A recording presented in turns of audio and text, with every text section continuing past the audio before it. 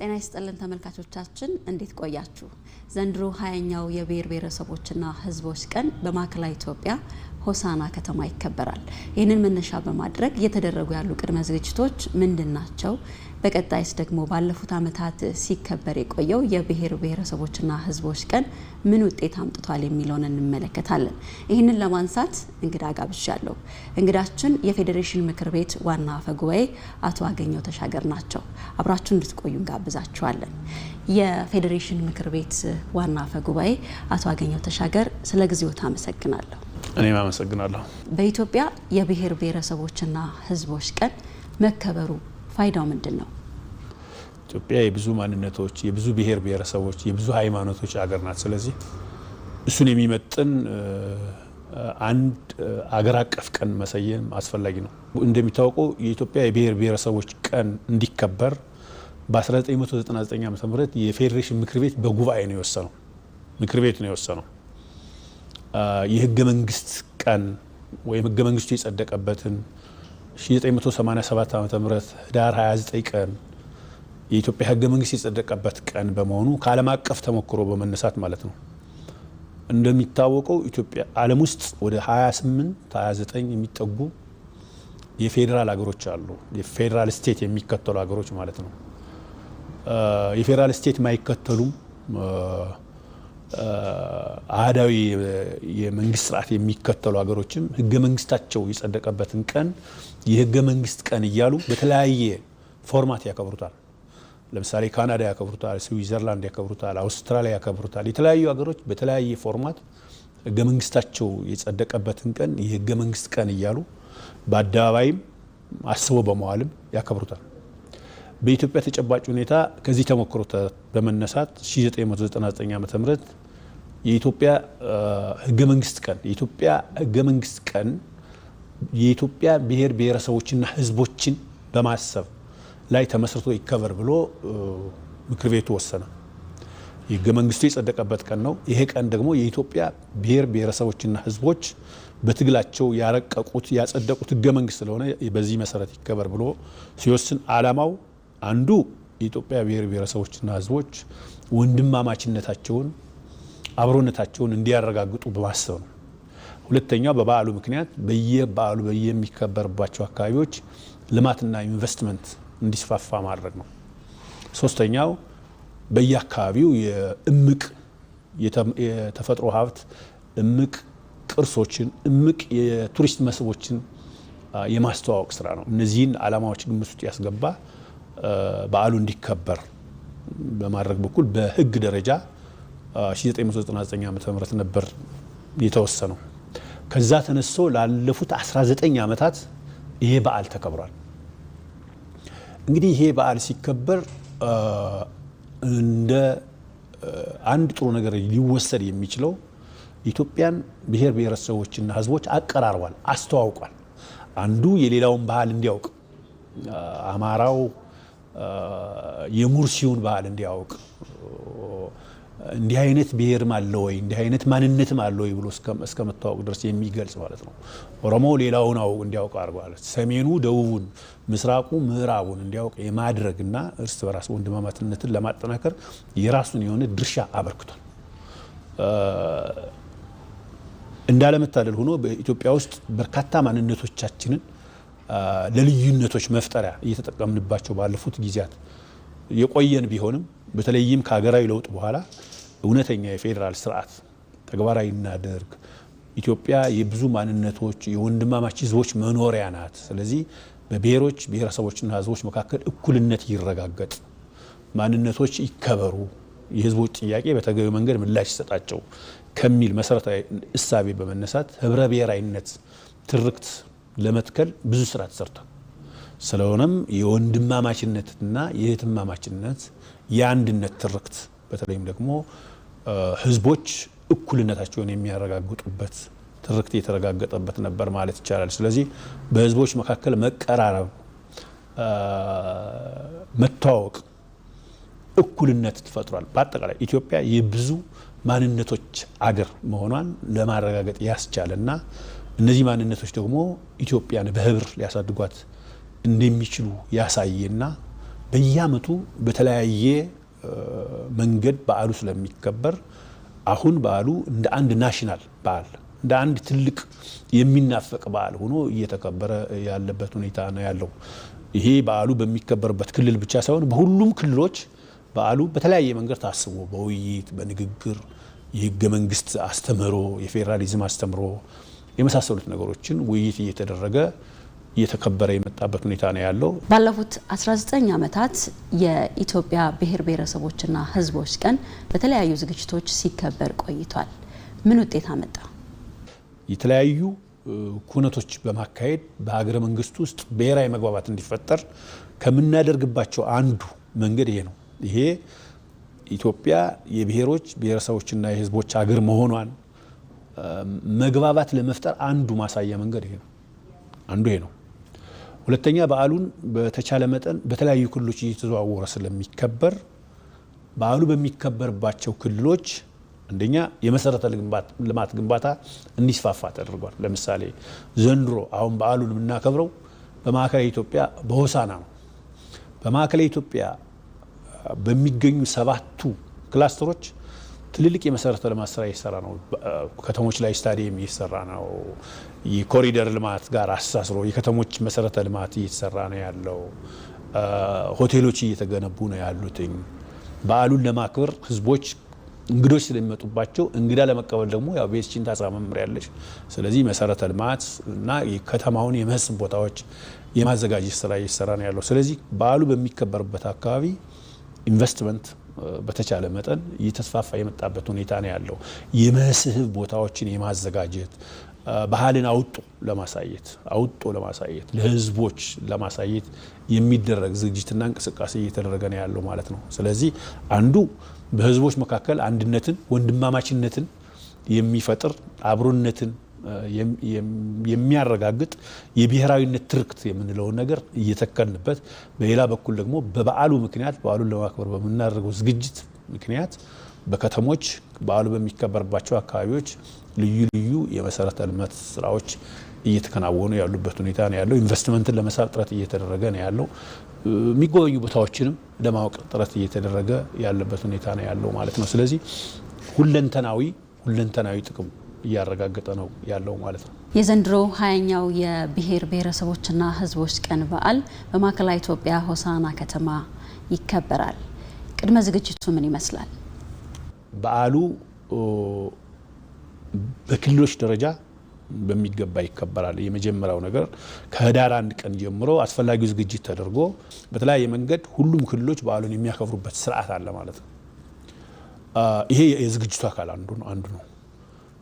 ማዕከላዊ ኢትዮጵያ ክልል ግን ከመሪ ቃሉ ተመስርቶ በዓሉን በክልል ደረጃ በተለይ ደግሞ በ7ቱ ክላስተሮች በዓሉን ሲያከብር ይቆያል ማለት ነው።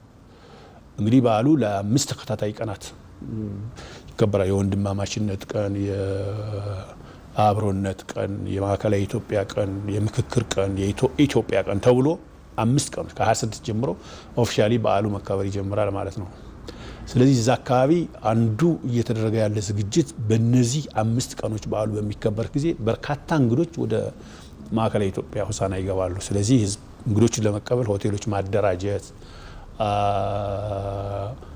መንገዶችን በአግባቡ በጣም በርከት ያለ ትራፊክም ስለሚገባ መንገዶችን ማደራጀት፣ ሆቴሎችን ማዘጋጀት፣ የማረፊያ ቦታዎችን ማዘጋጀት፣ አዳራሾችን ማዘጋጀት፣ ስታዲየም ማዘጋጀት። በጣም በሚገርም ሁኔታ ማዕከላዊ ኢትዮጵያ በ2 ወር ጊዜ ውስጥ 2 ወር ባልበለጠ ጊዜ ውስጥ ስታዲየም ሰርቶ አዘጋጅቷል ለበዓሉ ሲል። አሁን ይህ በዓል ባይከበር ኖሮ ያን ለማድረግ የሚያስችል ፍጥነትም ይህን ለመስራት የሚያስችል ሁኔታ ሊኖር ይችላል፣ ሌላ ጥያቄ ነው።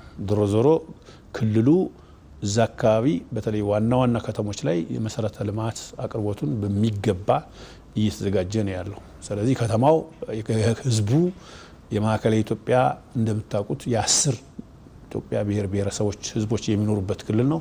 ግን በክልሉ የኢትዮጵያ ብሔር ብሔረሰቦችና ህዝቦች የሚኖሩበት መልቲ ካልቸራል አካባቢ ነው። ሁሉም ህዝቦች ሁሉም ማንነቶች የሚኖሩበት አካባቢ ነው ማዕከላዊ ኢትዮጵያ። ስለዚህ ለዚህ በዓል በጣም በከፍተኛ ደረጃ ተዘጋጅቷል። መንግስት ብቻ አይደለም፣ ህዝቡ በከፍተኛ ደረጃ እየተዘጋጀ ያለበት ሁኔታ ነው ያለው። ፌዴሬሽን ምክር ቤትም ማዕከላዊ ኢትዮጵያ ክልልም በዓሉን ለማክበርና እንግዶችን ለመቀበል የሚያስችል የተሟላ ዝግጅት እያደረጉ ያሉበት ሁኔታ ነው ያለው። እንግዲህ በዓሉ ሲከበር የሲምፖዚየም ይኖራል፣ ውይይት ይኖራል። በህገ መንግስታዊ ስርዓታችን፣ በፌዴራል ስርዓታችን፣ በህብረ ብሔራዊ ማንነታችን ዙሪያ ሲምፖዚየም ይኖራል። ባዛር ኤግዚቢሽን ይኖራል። ስፖርት ይኖራል። የባህል ፌስቲቫል የባህል ኤግዚቢሽን ይኖራል። ማዕከላዊ ኢትዮጵያ የሚገኙ ብሔር ብሔረሰቦች እነማን ናቸው? እንዴት ነው አመጋገባቸው? እንዴት ነው አለባበሳቸው? እንዴት ነው አኗኗራቸው? የሚለውን ነገር ያሳያሉ። ይህን እያደረግን እንሰነብትና በ29 የኢትዮጵያ ቀን የሚባለው ከመላው የኢትዮጵያ ብሔር ብሔረሰቦች የሚገኙ ብሔር ብሔረሰቦች የተገኙበት ትልቅ በዓል ነው። ያ በዓል የክብር እንግዶች በተገኙበት ይከበራል። በዓሉ የሚከበረው በአደባባይ ነው፣ በስታዲየም ደረጃ ነው። እዛ ላይ በጣም ልዩ ልዩ ትርኢቶች ይቀርባሉ፣ ንግግሮች ይደረጋሉ። በዓሉ በጣም ደማቅ ሆኖ የሚከበርበት ሁኔታ ይኖራል ማለት ነው። ለዛ የሚሆን ማናቸውም ዝግጅት የሴኩሪቲ፣ የጤና፣ ሌሎች ሁኔታዎች በሙሉ ተዘጋጅተው ወረዳውን ዝግጅታችን ጨርሰን በዓሉን ወደ ለማክበር ወደ መጀመር ሁኔታ ላይ ነው ያለ ነው ማለት ነው። ስለዚህ ዝግጅቱ የተሟላ ዝግጅት እየተካሄደ ነው ያለው ማለት ነው። ሀውስ ኦፍ ፌዴሬሽንም የማዕከላዊ ኢትዮጵያ ክልልም ሌሎች ሴክተሮች የሚመለከታቸው ሴክተሮችም አብይ አገራዊ ኮሚቴ ተቋቁሞ በክልል ደረጃ ኮሚቴ ተቋቁሞ ይህን ስራ እየሰራን ነው ያለ ነው ማለት ነው። የዘንድሮ መሪ ቃል ዲሞክራሲያዊ መግባባት ለህብረ ብሔራዊ አንድነት የሚል ነውና የዚህ ቃል ሳቤ ምንድን ነው? እንግዲህ እዚህ ጋር መሪ ቃሉ ላይ ሸኮር ዲሞክራሲ አለበት፣ መግባባት አለበት፣ ህብረ ብሔራዊ አንድነት አለበት። ህብረ ብሔራዊ አንድነት በሁሉም በዓሎቻችን ማዕከል ነው፣ ዋነኛ ፖይንት ነው፣ ማዕከላዊ ነጥብ ነው። ህብረ ብሔራዊ አንድነት ኢትዮጵያ የብዙ ማንነቶችና የህብር አገር ነች። ኢትዮጵያ የሆኑ ጥቂት ህዝቦች አገር አይደለችም። ኢትዮጵያ ከ76 በላይ ብሔር ብሔረሰቦች የሚኖሩባት አገር ነች። መጀመሪያ ይህን ማመን ነው፣ ይህን ደጋግሞ መግለጽ ነው፣ ይህን ደጋግሞ መናገር ነው አንደኛው። እዛ ውጭ ግን ዲሞክራሲ ጉዳይ የኢትዮጵያ ህልውና ጉዳይ ነው። ዲሞክራሲ ማለት የህዝቦችን እኩልነት ማረጋገጥ ነው። ዲሞክራሲ በምርጫ ይገለጻል። ዲሞክራሲ በውክልና ይገለጻል።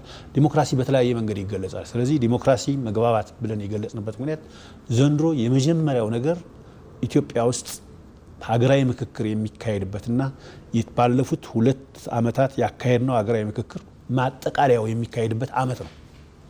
ስለሆነም ይሄ በዓል የሚከበረው ብሔራዊ ምክክሩ በሚካሄድበት ዋዜማ ላይ በሀገር ደረጃ የሚካሄደው ብሔራዊ ምክክር በሚካሄድበት ዋዜማ ላይ የሚከበር በዓል ስለሆነ ለዛ ምክክር የራሱን የሆነ አስተዋጽኦ ያደርጋል ተብሎ የሚታሰብ ነው ማለት ነው። ይሄ ምክክር ዴሞክራቲክ መሆን መቻል አለበት። ህዝቦች፣ ዜጎች ያላቸውን ሀሳብ በነፃነት የሚያራምዱበትና አብዛኛው ሰው የተቀበለው የሚተገበርበት የምክክር ስርዓት ይኖራል ተብሎ ነው የሚታሰበው። ይሄ ብቻ አይደለም። በዚህ ዓመት ምርጫ እናካሂዳለን። ምርጫ የዲሞክራሲ መገለጫ ነው። አንዱ ዲሞክራሲ መግባባት ብለን የምንገልጸው ለዚህ ነው። ስለዚህ ምርጫ 7ኛው ሀገራዊ ምርጫ የሚካሄድበት ዓመት ነው ይህ ዓመት። ስለዚህ በዚህ በምርጫ ዋዜማ የሚካሄድ በዓል ስለሆነ የተለየ ያደርገዋል። የዘንድሮ በዓል በአጠቃላይ 2018 ለኢትዮጵያ የተለየ ዓመት ነው።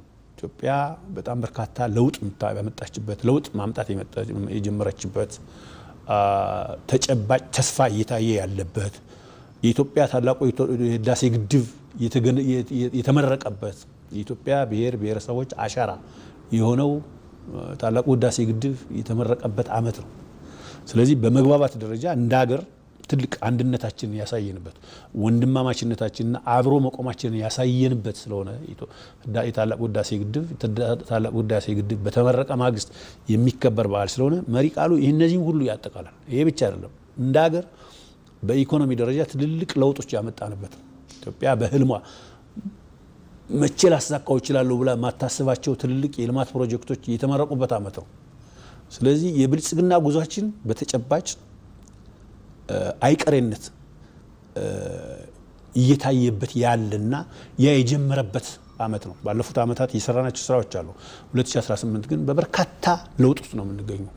ኢኮኖሚክ ሪፎርሙ የራሱን የሆነ ውጤት እያመጣ ያለበት ሁኔታ አለ። የመሰረተ ልማት ስራዎቻችን ትልልቅ ለውጦች እያመጣን ያለንበት ሁኔታ ነው ያለ ነው። ስለዚህ በዚህ ዓመት አጠቃላይ እንደ ሀገር ትልልቅ ለውጦች የምናመጣበት ዓመት ከመሆኑ ጋር ተያይዞ የሀገር ህብረ ብሔራዊ አንድነታችንን የምናረጋግጥበት ዘመን አንዱ የብልጽግና ጉዟችን ማሳያ ዘመን ስለሆነ መሪ ቃሉ ከዚህ ይነሳል። 2018ን በብዙ ኩነቶች ታጅቦ የሚፈጸም በዓል በመሆኑ የ2018 20ኛው የኢትዮጵያ ብሔር ብሔረሰቦች በዓል መሪ ቃሉን በዚህ ልክ የመረጥነው መሆኑን ለመግለጽ ነው። በመደመር መንግስት የፖለቲካ የኢኮኖሚ እሳቤ ውስጥ የምትገኘው ኢትዮጵያ በተለይ ቀጣይነቱ የተረጋገጠ ጠንካራ የሚባል ህብረ ብሔራዊ አንድነትን ባረጋገጠ መልኩ የጠንካራ ሀገረ መንግስት ለመገንባት ምን እያከናወነች ነው? በሀገረ መንግስት ግንባታ የዜጎች ተሳትፎ እጅግ በጣም ወሳኝ ነው። በተለይም ደግሞ የህብረ ብሔራዊነት ትርክት ግንባታ እጅግ በጣም ወሳኝ ነው። ኢትዮጵያ ብዙ ብሔር ብሔረሰቦችና ህዝቦች ሀገር ነች። ስለዚህ ይሄ የአንድነት ትርክት፣ የወንድማማችነት ትርክት፣ የአሰባሳቢ ትርክት ግንባታ እጅግ በጣም ወሳኝ ነው። ኢትዮጵያ የብዝሃነት አገር እንደሆነች ሁሉ ኢትዮጵያን ሀገረ መንግስት ልናስቀጥል የሚችለው የብሔር ብሔረሰቦችና ህዝቦች እኩልነት ሲረጋገጥ ነው። ይሄ የህብረ ብሔራዊነት ትርክት እስካልተረጋገጠ ጊዜ ድረስ በነጠላ እኔ ብቻ በሚል አስተሳሰብ ኢትዮጵያ መገንባት አይቻልም። የሀገረ መንግስት ግንባታውም ሊሳካ አይችልም። በመሰረት ተቋማት የሚገነቡት ህብረ ብሔራዊ የኢትዮጵያን አንድነት ሲያረጋግጡ ነው። ህብረ ብሔራዊ አንድነታችን ያልተቀበሉ ተቋማት ግንባታ ትርጉም የለውም። ስለሆነም መንግስት እያካሄደ ያለው የሀገረ መንግስትን የጸና ሀገረ መንግስት ግንባታ በኢትዮጵያ ብሔር ብሔረሰቦች እና ህዝቦች እኩልነት በህብረ ብሔራዊ አንድነታችን ላይ የተመሰረተ መሆን መቻል አለበት ማለት ነው። ስለዚህ የህብረ ብሔራዊነት ትርክት ግንባታ እጅግ በጣም ወሳኝ ነው ማለት ነው። ይሄ አንዱ ማሳያ ይሄ በዓል በመሰረታዊነት በዚህ በዓልም አሳበን በሌሎች መንገድ ሁልጊዜ ሴሌብሬት የምናደርገው ኢትዮጵያ የህብረ ብሔራዊነት መገለጫ ናት። ህብረ ብሔራዊ የህዝቦች እኩልነት የሚረጋገጥባት አገር መሆኗል። ለዚህም በሀገረ መንግስት ግንባታ ውስጥ የኢትዮጵያ ህዝቦች እኩል ተሳትፎ እንዳላቸው እኩል ተሳትፎ ብቻ ሳይሆን እኩል ተጠቃሚዎች መሆናቸውን በምናረጋግጥበት ሁኔታ ሀገረ መንግስት ግንባታችንን እውን ማድረግ ይጠበቅብናል ማለት ነው። ስለሆነም የብሔራዊነት ትርክት ኢዝ ቬሪ ኢምፖርታንት በጣም ትልቅ ነው። የብሔራዊነት ትርክት ማለት የኢትዮጵያ ብሔሮች ብሔረሰቦችና ህዝቦች እኩልነት የተረጋገጠበት ማለት ነው። ስለዚህ አንዱ ትልቅ፣ አንዱ ትንሽ፣ አንዱ ከፍ፣ አንዱ ዝቅ፣ አንዱ ተጠቃሚ፣ አንዱ የማይጠቀም የሚሆንባት አገር የለችም ማለት ነው። ኢትዮጵያ መልከ ብዙ ሀገር ናት። ሁሉም ብሔር ብሔረሰቦችና ህዝቦች የሚወከሉባት ሀገር ናት። እኩል የምናራምድበት ሀገር ኢትዮጵያን በእኩልነት የምንገነባበት ስርዓት ነው። ስለዚህ የሀገረ መንግስት ግንባታችን መነሻውም መዳረሻውም ቅኝቱም ህብረ ብሔራዊነትና እኩልነት ነው የሚሆነው ማለት ነው። ስለዚህ የሀገረ መንግስት ግንባታችን ከዚህ የሚቃኝ ይሆናል ማለት ነው። የፌዴሬሽን ምክር ቤት ዋና አፈ ጉባኤ አቶ አገኘሁ ተሻገር ስለ ጊዜው አመሰግናለሁ። እጅግ በጣም አመሰግናለሁ። ተመልካቾቻችን 20ኛው የብሔር ብሔረሰቦችና ህዝቦች ቀንን አስመልክቶ እየተደረጉ ያሉ ዝግጅቶች ምን ይመስላሉ? ባለፉት ዓመታትስ በኢትዮጵያ የተከበረው የብሔር ብሔረሰቦችና ህዝቦች ቀን ምን ውጤት አመጣ የሚለውን የተመለከትንበት ዝግጅታችን ይህንን ይመስላል። አብራችሁን ስለነበራችሁ እናመሰግናለን።